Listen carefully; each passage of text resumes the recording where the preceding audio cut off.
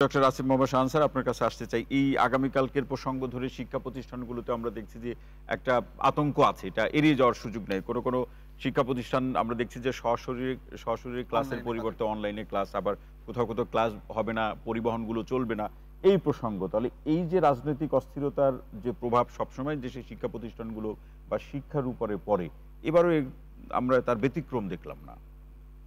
না দেখুন মানে যেটা হচ্ছে যে এইটার মাধ্যমে আর যাই হোক না কেন একটা প্যানিক তৈরি করার একটা চেষ্টা তো চলেছে এবং সেই প্যানিকটা তো আপনি ইফেক্টিভলি আমরা গত ২-৩ দিনের ঘটনাগুলো যদি দেখেন শুধু তো আপনার ককটেল ফাটানোর ঘটনা না, এখানে তো বাসে আগুন দেওয়ার ঘটনা ঘটছে, পেট্রোল বোমার ইসেতে ঘটনা ঘটছে এবং গতকালকে রাত্রে বোধহয় মোহাম্মদপুর প্রিপারেটরি স্কুলে পেট্রোল বোমা ইসে করারও ঘটনা ঘটেছে। তো এই ধরনের ঘটনাগুলো যখন ঘটে এবং একই সাথে যে কথাটা আগেও এসেছে যে সরকারের আইন শৃঙ্খলা পরিস্থিতি এটা নিয়ন্ত্রণ করার ক্ষেত্রে সরকারের কতখানি সামর্থ্য আছে সেটা নিয়ে একটা প্রশ্ন আগেই ছিল এবং এই ধরনের ঘটনাগুলো যখন ঘটতে থাকে তখন তার একটা ইম্প্যাক্ট তো অবশ্যই পড়ে এবং আমরা সেই ইম্প্যাক্টটা এখন দেখতে পাচ্ছি।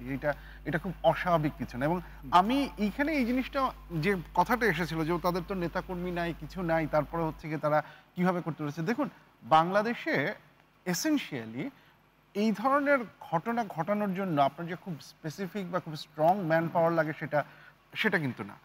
ডক্টর ডেভিড জ্যাকম্যান বলে একজন ছিলেন, উনি একটা বই লিখেছিলেন বাংলাদেশের উপরে।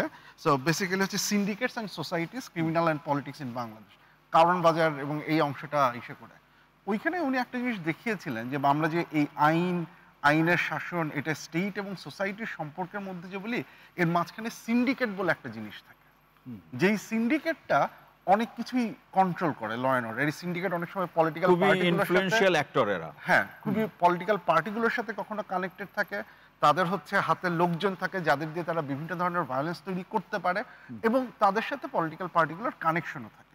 এখন এই সিন্ডিকেটের একটা বড় অংশ উনার লেখাতেই যেটা এসেছে গত ১০ বছরে এটা একটা বড় অংশ আওয়ামী লীগের সাথে সম্পর্কযুক্ত ছিল।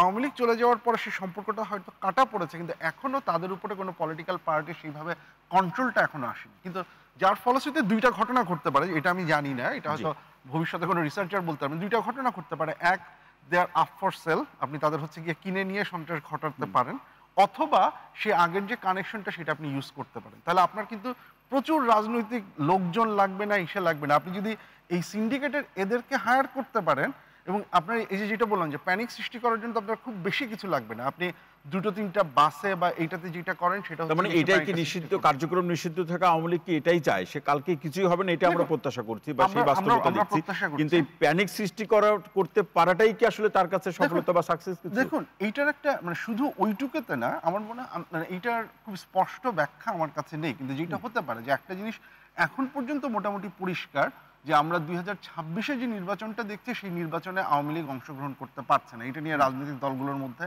একটা ঐকমত্য আছে।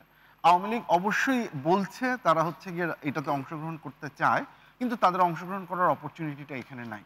সো যদি না থাকে তাহলে এই নির্বাচনকে ডিলেজিটিমাইজ করার একটা ইচ্ছা তার থাকাটা খুব অস্বাভাবিক কিছু না এবং সেটাকে ডিলেজিটিমাইজ করার একটা ইচ্ছার জায়গা থেকে হচ্ছে গিয়ে এরকম একটা সিচুয়েশন তৈরি করা, যে সিচুয়েশনের প্রেক্ষিতে তুষার ভাই যেটা বললেন যে ওইরকম একটা আর্গুমেন্টটা চলে আসে নির্বাচন হওয়ার মতো পরিস্থিতি এখন নাই, তাহলে হচ্ছে গিয়ে আমরা নির্বাচনটাকে পিছিয়ে দেই।